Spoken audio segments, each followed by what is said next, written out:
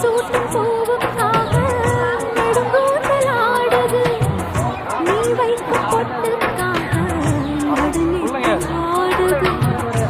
ஆத்தாடி ஒன்னத்தானே உயிர் நாடி தேடுது. காவேரி எங்கே போது கடல் வந்து கூடுது.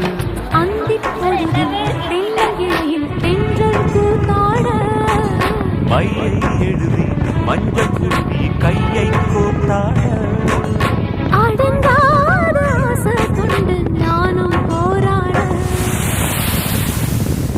உனக்கென பிறந்தவ ரெக்க கட்டி பறந்தவ இவதான்.